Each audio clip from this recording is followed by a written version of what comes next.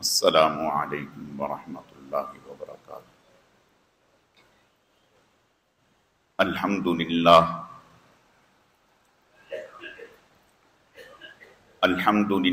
نحمده ونستعینه ونستغفره ونؤمن به ونتوکل علیہ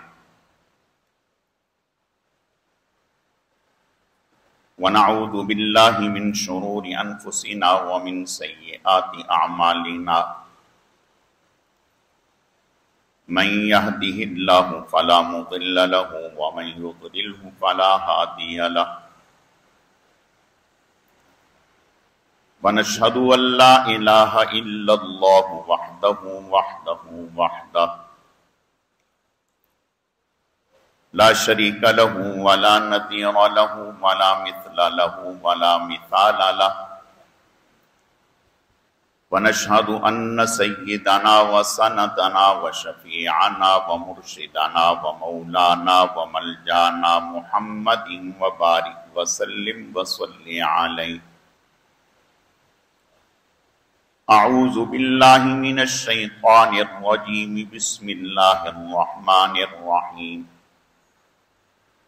فابتغوا عند الله الرزق واعبدوه واشكروا له وإليه ترجعون۔ صدق الله مولانا العظيم وبلغنا رسوله النبي الكريم ونحن على ذلك لمن الشاهدين والشاكرين والحمد لله رب العالمين۔ اللهم صل على روضة محمد في الرياض وصل على بلد محمد في البلاد وصل على قبر محمد في القبور وصل على جسد محمد في الأجساد وصل على روح محمد في الأرواح۔ گرامی قدر معزز حاضرین، میرے واجب الاحترام بزرگوں اور عزیز نوجوان ساتھیوں، میں نے آپ کے سامنے قرآن مجید فرقان حمید میں سے ایک آیت کریمہ تلاوت کی ہے۔ رب ذوالجلال سے دعا ہے کہ وہ ذات بزرگ و برتر مجھے اس کی روشنی میں صحیح صحیح کہنے کی اور سمجھانے کی توفیق عطا فرمائے۔ پھر اللہ رب العزت کی ذات اس مختصر وقت میں جو کچھ کہا سنا جائے، اس کہنے سننے کو محض اپنی رضا کے لیے اپنی بارگاہ میں قبول و منظور فرمائے، ہم سب کی نجات اور ہدایت کا، مغفرت کا ذریعہ اور سبب بنائے۔ میری آج کی مختصر گزارشات کا موضوع اور عنوان مزدور کے بارے میں اسلام کیا کہتا ہے،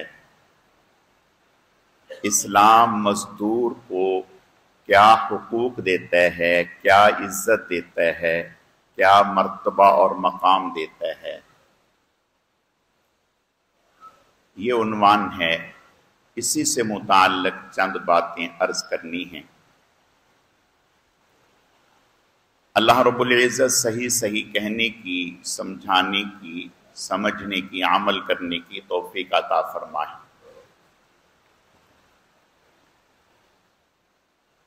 چند روز پہلے 1 مئی کو دنیا بھر میں مزدوروں کے حقوق کا دن منایا گیا۔ اس سے مزدوروں کو کچھ نفع ہوتا ہے یا نہیں ہوتا، لیکن عام لوگوں کو چھٹی مل جاتی ہے۔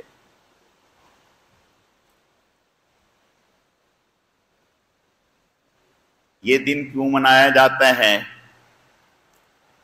آپ اچھے سے واقف ہیں، سب لوگ جانتے ہیں، ایک عرصے سے منایا جا رہا ہے۔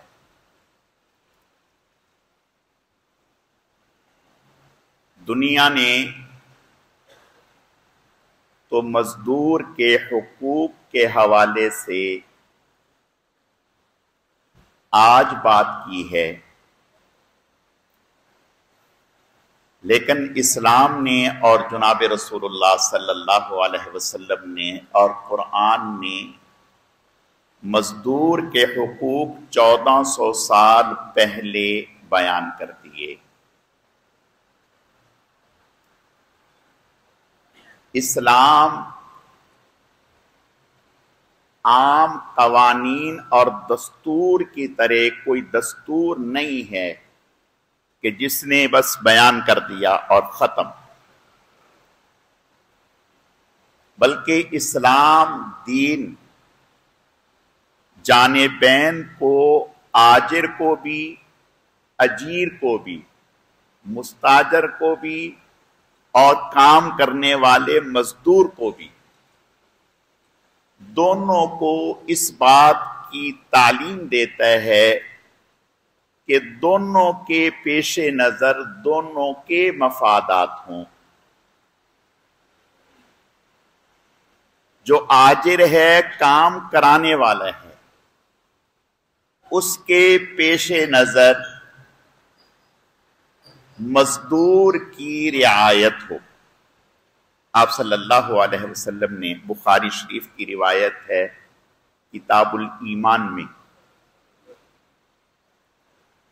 آپ صلی اللہ علیہ وسلم نے ارشاد فرمایا کہ جو تمہارے متحد لوگ ہیں، جو تمہاری متحدی میں کام کرنے والے لوگ ہیں، فرمایا یہ تمہارے بھائی ہیں۔ آپ نے ارشاد فرمایا تمہاری متحدی میں جو کام کرنے والے لوگ ہیں یہ تمہارے بھائی ہیں،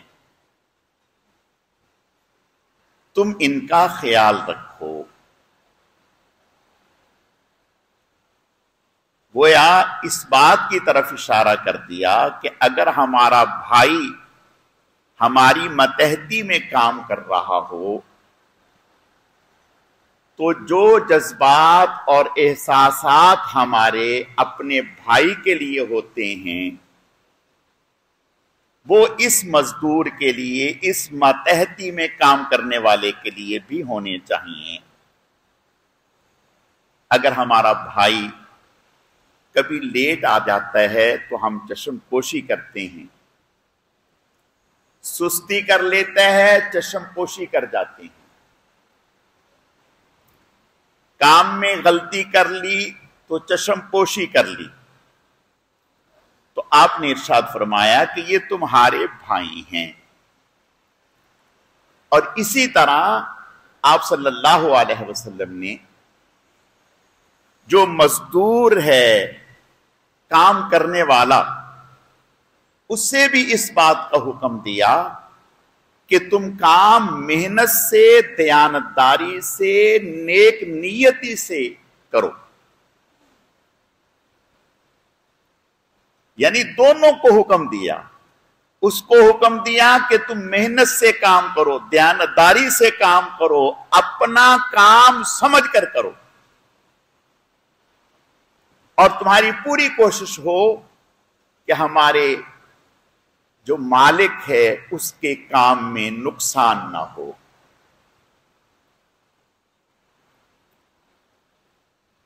تو گویا اسلام نے حقوق بیان کیے ہیں اور اہمیت دی ہے مزدور کو۔ آج ذہنی محنت کرنے والا، دماغی محنت کرنے والا، اس کو تو عزت کی نگاہ سے دیکھا جاتا ہے۔ جو دفتر میں بیٹھ کے، اے سی میں بیٹھ کے دماغی کام کر رہا ہے، اس کو تو عزت اور تکریم کی نگاہ سے دیکھا جاتا ہے، اور جو محنت مشقت کرنے والا، پھٹے پرانے لباس والا ہے، اس کو حقارت اور ذلت کی نگاہ سے دیکھا جاتا ہے۔ اللہ ہماری حفاظت فرمائے۔ اسلام ہمیں یہ تعلیم دیتا ہے کہ جیسے یہ محترم ہے ایسے ہی یہ بھی قابل احترام ہے۔ آپ صلی اللہ علیہ وسلم کے پاس ایک صحابی آئے،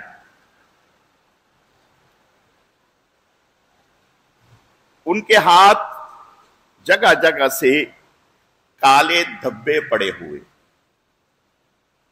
کالے دھبے پڑے ہوئے۔ آپ صلی اللہ علیہ وسلم نے دور سے دیکھا تو فرمایا کیا کوئی سیاہی لگ گئی، کوئی ایسا کالک لگ گئی؟ تو وہ قریب ہوئے اور فرمانے لگے یا رسول اللہ صلی اللہ علیہ وسلم میرے ہاتھوں میں سیاہی نہیں لگی، کالک نہیں لگی، اصل میں میرا کام مشقت والا ہے، میں پتھر کاٹ کاٹ کے اپنی روزی کماتا ہوں، اس سے میرے ہاتھوں میں نشان پڑ گئے۔ آپ صلی اللہ علیہ وسلم نے اس کے ہاتھ لیے اور چوم لیے، اس کے ہاتھ لیے اور چوم لیے، فرمایا کہ یہ تمہارے ہاتھ اللہ اور اس کے رسول کو بہت محبوب ہیں، اللہ اور اس کے رسول کو بہت محبوب ہیں۔ میں عرض یہ کرنا چاہتا ہوں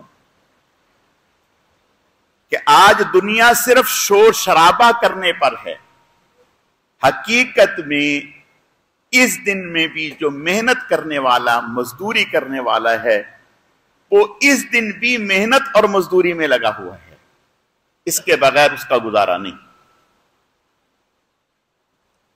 اور اللہ ہماری حفاظت فرمائے۔ آج ہر طرف بے راہ روی ہے، کام کرنے والا یہ چاہتا ہے کہ کام نہ ہو اور پیسے مل جائیں، محنت نہ کرنی پڑے اور پیسے مل جائیں، اور کام لینے والا 8 گھنٹے کا کہہ کر 13 گھنٹے کام لے رہا ہے، ایک دن میں 2 دن کا کام لے رہا ہے اور چاہ رہا ہے کہ تھوڑے پیسوں میں کام مل جائے۔ آپ نے فرمایا نہیں، ایک مزدور کی مزدوری اتنی ہو جس سے اس کی ضروریات زندگی پوری ہو سکیں، آسانی سے پوری ہو سکیں۔ سیدنا صدیق اکبر رضی اللہ تعالیٰ عنہ جب آپ کو خلافت ملی تو آپ کپڑے لے کر نکلے، چونکہ تاجر تھے، تجارت کرتے تھے، کپڑا لیا اور فروخت کرنے کے لیے نکلے۔ حضرت عمر بن خطاب رضی اللہ تعالیٰ عنہ ملے، کہا، فرمایا کہاں؟ کہا کہ بھائی بات یہ ہے کہ کماؤں گا نہیں تو کھاؤں گا کہاں سے، تو لہٰذا بچے تو ہیں تو میں اپنے کام کے لیے نکلا۔ فرمایا اگر آپ اپنا کام کے لیے نکلیں گے تو مسلمانوں کے معاملات کون دیکھے گا؟ کہا تو پھر میرے گھر کا کیا ہوگا؟ کہا کوئی مسئلہ نہیں، واپس چلیں۔ واپس لائے، دونوں حضرات امین الامہ حضرت ابو عبیدہ رضی اللہ تعالیٰ عنہ، جنہیں حضور نے امت کا امین قرار دیا، ان کے پاس تشریف لائے اور آ کر کے ان کے سامنے صورتحال رکھی۔ حضرت عمر رضی اللہ تعالیٰ نے فرمایا کہ اگر یہ اپنی تجارت میں لگے رہیں گے تو یہ معاملات کیسے دیکھیں گے، نظام کیسے چلے گا؟ تو لہٰذا ان کی تنخواہ قائم کی جائے، ان کی تنخواہ قائم کی جائے، اور وہ تنخواہ کتنی ہو؟ اللہ کے نبی نے آپ کو امین الامہ، پوری امت کا امین کہا ہے، دیانتدار کہا ہے۔ آپ جو متعین فرمائیں گے اس میں بالکل اعتدال ہوگا، نہ تو بہت زیادہ ہوگا نہ اتنا کم ہوگا کہ ان کا گزارا نہ ہو سکے۔ تو لہذا آپ اپنی ثوابدید سے تعین فرمائیں۔ حضرت ابو عبیدہ رضی اللہ تعالی عنہ نے فرمایا جو ایک عام مزدور کی مزدوری ہے وہی تنخواہ صدیق اکبر جو امیر المؤمنین ہیں خلیفۃ المسلمین ہیں ان کی متعین کی جائے۔ گویا شریعت مطہرہ یہ بتاتی ہے کہ جیسے ایک عام انسان کی ضروریات ہیں، گویا جو اعلی ہے اقتدار پر فائز ہے، جو اس کی بنیادی ضروریات ہیں وہ اس کی بھی بنیادی ضروریات ہیں، تو لہذا ایسا تناسب رکھا جائے کہ ایسا نہ ہو کہ کام تو اس سے خوب لیا جائے اور اتنا نہ دیا جائے کہ جس سے یہ مہینہ بھر بے فکری کے ساتھ گزار سکے۔ دیانتداری سے اللہ ہماری حفاظت فرمائے۔ آج اگر دیکھا جائے تو کیا مزدور کو اتنی تنخواہ مل جاتی ہے کہ مہینہ بھر کے اس کے خرچے، اس کی دوائی دارو، اس کے بچوں کے اسکولوں کی فیس، شادی بیاہ، مہمانداری، گھر کا کرایہ، بجلی کے بل، یہ چیز پوری ہو سکے؟ ہمارا دین تو یہ کہتا ہے۔ اور پھر فرمایا کہ جب مزدور کو رکھیں تو اس کے ساتھ وقت طے کریں کہ اتنے وقت کے لیے آپ کام کریں گے، اس سے زیادہ وقت لیں گے تو اس کی تنخواہ الگ سے دیں گے۔ اور پھر فرمایا کہ اگر مزدور کو رکھیں گے تو ایسا کام، اتنا کام اس کے حوالے کریں جس کی وہ طاقت رکھے، ایسا نہ اس کے حوالے کریں جس میں اس کا جسم جو ہے وہ عاجز آ جائے۔ یہ شریعت مطہرہ ہمیں تعلیم دے رہی ہے۔ اور پھر پوری دنیا میں 2/3 لوگ وہ لوگ ہیں جو محنت مزدوری کرنے والے لوگ ہیں، اور یہ محنت مزدوری کرنا کوئی عار نہیں ہے۔ کوئی بھی ہنر اور کوئی بھی پیشہ کمتر نہیں ہوا کرتا۔ حضرت آدم علیہ السلام کاشتکار تھے، حضرت نوح علیہ السلام لکڑی کا کام کرتے تھے، حضرت ادریس علیہ السلام کپڑے سلائی کرنا اور کپڑے بنانا یہ کام کرتے تھے، حضرت زکریا علیہ السلام درزی کا کام کرتے تھے، حضرت ابراہیم علیہ السلام کاشتکاری کا کام کرتے تھے، حضرت موسیٰ اور حضرت شعیب علیہ السلام بکریاں چراتے، آپ صلی اللہ علیہ وسلم نے مٹی بھی اٹھائی، بکریاں بھی چرائیں۔ پیشہ کوئی بھی برا نہیں۔ حضرت امام ابو حنیفہ رحمت اللہ علیہ تجارت کا کام کیا کرتے تھے، اورنگزیب عالمگیر رحمت اللہ علیہ جن کی حکومت میں پورا افغانستان، پورا بر صغیر، برما تک پوری حکومت ہے، اورنگزیب عالمگیر رحمت اللہ علیہ کی تنخواہ بیت المال سے نہیں لیتے، ٹوپیاں سلائی کرتے، بیچتے، اور قرآن پاک کے نسخے لکھتے اور فروخت کرتے۔ اس سے جو آمدن ہوتی اس سے گھر کا گزر بسر ہوتا۔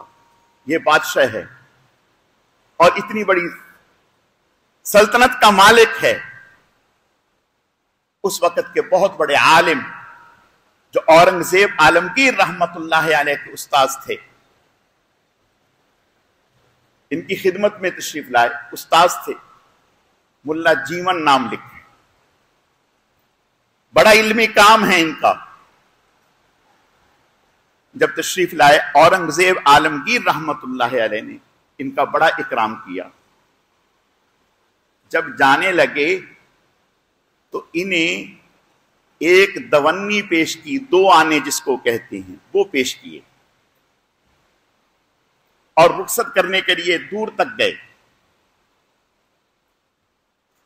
یہ حضرت جب گھر تشریف لائے، آ کر کے اہلیہ کو بتایا کہ شاگرد نے اورنگزیب عالمگیر رحمت اللہ علیہ نے اعزاز بہت فرمایا، ہدیہ 2 آنے پیش کیے ہیں، یقیناً اس میں کوئی نہ کوئی حکمت ہے، کوئی نہ کوئی بڑی بات ہے. خیر، وہ اہلیہ کے حوالے کیے، انہوں نے کام میں لگائے، اللہ نے برکت دی. کام ہوتے ہوتے بکریوں کی تجارت، پھر بڑے جانوروں کی تجارت، پھر زمینوں کی تجارت، بہت بڑا بزنس ہو گیا. یہ خبر اورنگزیب عالمگیر رحمت اللہ علیہ کو پہنچی کہ میرے استاذ محترم ملا جیون رحمت اللہ علیہ، وہ تو بہت بڑا کاروبار ان کا ہو گیا. تو حضرت نے حضرت سے ملنے کی خواہش فرمائی. یہ تشریف لے گئے. جب ملاقات کی تو اورنگزیب عالمگیر رحمت اللہ علیہ فرمانے لگے کہ حضرت، یہ آپ کا اتنا بڑا کاروبار، پہلے جانوروں کی تجارت، چھوٹے جانوروں کی، پھر بڑے جانوروں کی، پھر زمینوں کی، یہ کہاں سے؟ تو استاذ کہنے لگے کہ یہ آپ ہی کی برکت سے ہے. کہا میری برکت سے؟ کہا جی ہاں، یہ آپ ہی کی برکت سے ہے. کہا کہ کیا مطلب؟ فرمانے لگے کہ وہ جو آپ نے 2 آنے دیے تھے وہ میں نے تجارت میں لگائے، اللہ نے اس میں ایسی برکت دی، اور آج تک مجھے اس کا راز نہیں سمجھ میں آیا کہ وہ 2 آنے کیا تھے، آپ نے کیسے دیے، میں اس کو پوچھنا چاہتا ہوں. اورنگزیب عالمگیر رحمت اللہ علیہ رونے لگے اور فرمانے لگے کہ حضرت، یہ ایک راز تھا جو آج تک میں نے کسی پر ظاہر نہیں کیا تھا. تو فرمایا کہ میں ابھی بتاتا ہوں. ایک شخص کو بلایا اور اس کو بلا کر کے کہا کہ جو تم اپنا رجسٹر مینٹین کرتے ہو اس کو بھی ساتھ لے کے آؤ. وہ لے آئے. اسے کہا کہ فلاں تاریخ کو فلاں مہینے میں آپ نے کوئی مزدوری کروائی تھی. اس نے رجسٹر کھولا اور دیکھا تو کہا جی حضرت مزدوری کروائی تھی. کہا کیا مزدوری کروائی تھی؟ کہا رات کا وقت تھا، شدید بارش ہو رہی تھی، ہمارے گھر کی چھت ٹپک رہی تھی. تو اہلیہ نے کہا کہ اس کو صحیح کرواؤ، پوری رات کون پریشان ہوگا. تو میں مزدوری کے لیے مزدور ڈھونڈنے کے لیے باہر نکلا تو ایک شخص مجھے باہر بھیگتا ہوا دکھائی دیا. تو میں نے اس سے کہا کہ آپ مزدوری کرو گے؟ اس نے کہا کیا مزدوری ہے؟ کہا مزدوری یہ ہے کہ ہمارے گھر کی چھت ٹپک رہی ہے، اس پر مٹی ڈالنی ہے تاکہ پانی ٹپکنا بند ہو جائے. تو اس نے کہا ٹھیک ہے میں مزدوری کرتا ہوں. تو کہا اس نے مزدوری کی. مزدوری کرنے کے بعد میں نے اس سے کہا کہ آپ اپنی اجرت کل لے لینا، اپنی مزدوری کل لے لینا. اس نے کہا کل نہیں آ سکوں گا. تو میں نے اس کو کہا کہ چلو اچھا میں جاتا ہوں. گھر گیا تو میں نے 2 آنے اس کو دیے. میں نے 2 آنے اس کو دیے اور کہا کہ باقی مزدوری کل آ کے لے لینا. وہ اگلے دن نہیں آیا اور 2 آنے مجھ سے لے گیا. اورنگزیب عالمگیر رحمت اللہ علیہ نے اس سے فرمایا کہ آپ جائیں، آپ کا کام ہو گیا. وہ چلا گیا. اپنے استاد سے فرمانے لگے کہ وہ مزدور بندہ تھا، وہ جو بارش میں بھیگ رہا تھا اور مزدوری کے لیے اس کے گھر کی چھت پر مٹی ڈالنے گیا تھا، اور جو 2 آنے لے کر کے آیا تھا وہ آپ کا شاگرد آپ کے سامنے ہے. یہ میں تھا اور یہ 2 آنے میں نے اس وقت سے سنبھال رکھے تھے. یہ سنبھال رکھے تھے جو میں نے آپ کی خدمت میں پاکیزہ طیب مال پیش کیا۔ آپ صلی اللہ علیہ وسلم کا ارشاد ہے، فرمایا جو آدمی دن بھر تھکا ہارا کام رزق حلال کی تلاش میں گھر پہنچتا ہے، تھکا ہارا ہے، فرمایا رات کو سوتا ہے اس حال میں کہ اللہ تعالیٰ اس کے پہلے اگلے گناہ معاف کر چکے ہوتے ہیں، وہ سویا ہوا ہوتا ہے بخشا بخشایا، اور جب اٹھتے ہیں تو اللہ کی رضا میں اٹھتا ہے۔ آپ صلی اللہ علیہ وسلم نے ارشاد فرمایا جو آدمی محنت کرتا ہے، مزدوری کرتا ہے، خواہ وہ مزدوری دماغی ہو یا جسمانی ہو، اور پوری دیانتداری سے کرتا ہے، حرام سے اپنے آپ کو بچاتا ہے، صحیح نیت سے کرتا ہے، آپ نے ارشاد فرمایا کہ وہ اس خیال سے کہ لوگوں کے سامنے مجھے ہاتھ نہ پھیلانا پڑے، آپ نے ارشاد فرمایا جب کل قیامت کے دن اللہ کی بارگاہ میں آئے گا تو اس کا چہرہ 14ویں رات کے چاند کی طرح چمکتا ہوگا۔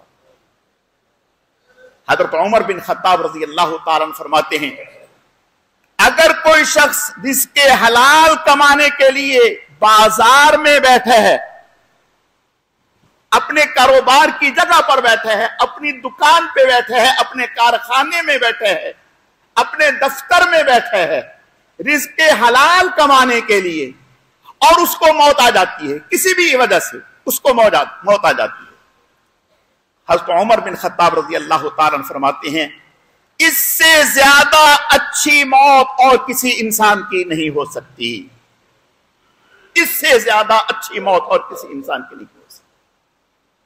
حضرت عمر رضی اللہ تعالیٰ عنہ فرماتے ہیں کہ بعض دفعہ کوئی انسان مجھے دیکھنے میں بہت اچھا لگتا ہے، میں اس سے متاثر ہوتا ہوں، خوش ہوتا ہوں، میں اس سے پوچھتا ہوں آپ کیا کرتے ہیں، وہ مجھے بتاتا ہے کہ میں فلاں محنت کرتا ہوں، فلاں کام کرتا ہوں، فلاں تجارت کرتا ہوں، رزق کماتا ہوں، تو اس کی قدر و منزلت میرے دل میں اور بڑھ جاتی ہے۔ فرمایا کہ ایک شخص میں دیکھتا ہوں، اس سے متاثر ہوتا ہوں، وہ مجھے بہت اچھا لگتا ہے، دیکھ کر میں خوش ہوتا ہوں، میں اس سے پوچھتا ہوں کہ آپ کیا کرتے ہیں، وہ جواب میں مجھے کہتے ہیں کہ میں کچھ نہیں کرتا، اللہ پر بھروسہ کرتا ہوں۔ حضرت عمر بن خطاب رضی اللہ تعالیٰ عنہ فرماتے ہیں ایسا شخص ہمیشہ کے لیے میری نظر سے گر جاتا ہے۔ حضرت داؤد علیہ السلام اللہ کے نبی ہیں، حالات معلوم کرنے کے لیے نکلے، فرشتہ انسانی صورت میں آیا، حضرت نے پوچھا کہ داؤد کی سلطنت کیسی چل رہی ہے، داؤد نظام سلطنت کیسا چلا رہا ہے، آپ مطمئن ہیں؟ تو وہ فرشتہ آگے جو انسانی شکل میں ہے وہ کہتا ہے کہ حضرت داؤد علیہ السلام بہت اچھے ہیں، سب کام ٹھیک ہیں، کاش کہ ایک کام داؤد کر لے۔ حضرت داؤد علیہ السلام چونک جاتے ہیں کہ یہ کیا کہہ رہا ہے، کہا کہ کاش ایک کام کر لے۔ حضرت داؤد علیہ السلام فرماتے ہیں کہ بھئی وہ کون سا کام ہے جو نہیں کیا؟ کہا وہ یہ کہ داؤد بیت المال سے اپنے گھر کا وظیفہ لیتا ہے، بیت المال سے اپنے گھر کا وظیفہ لیتا ہے، کاش کہ داؤد بیت المال سے اپنے گھر کا وظیفہ نہ لے۔ حضرت داؤد علیہ السلام نے فوراً دعا بھی کی اور نیت کر لی، اے اللہ آج کے بعد بیت المال سے وظیفہ نہیں لوں گا، محنت مزدوری کروں گا، آپ میری مدد فرمائیں۔ جب حضرت داؤد علیہ السلام نے یہ دعا کی تو اللہ نے وحی بھیج دی کہ اے داؤد آپ محنت کریں، ہم آپ کی مدد کریں گے، آپ لوہے کو ہاتھ میں لیں گے، ہم لوہے کو موم بنا دیں گے کپڑے کی طرح، جیسے کپڑے کو جدھر چاہیں موڑ لیں۔ یہ آپ نے نیک نیتی کی، اللہ سے مدد مانگی، دعا کی، ہم نے آپ کے لیے رزق کا یہ دروازہ کھول دیا، لوہے کو آپ کے ہاتھ میں نرم کر دیا۔ حضرت داؤد علیہ السلام زرہ بناتے، لوہے کا لباس بناتے اور اس کو بیچتے، اس سے اپنے گھر کا گزارا چلاتے۔ پتہ چلا کہ محنت مزدوری کوئی بھی ہو،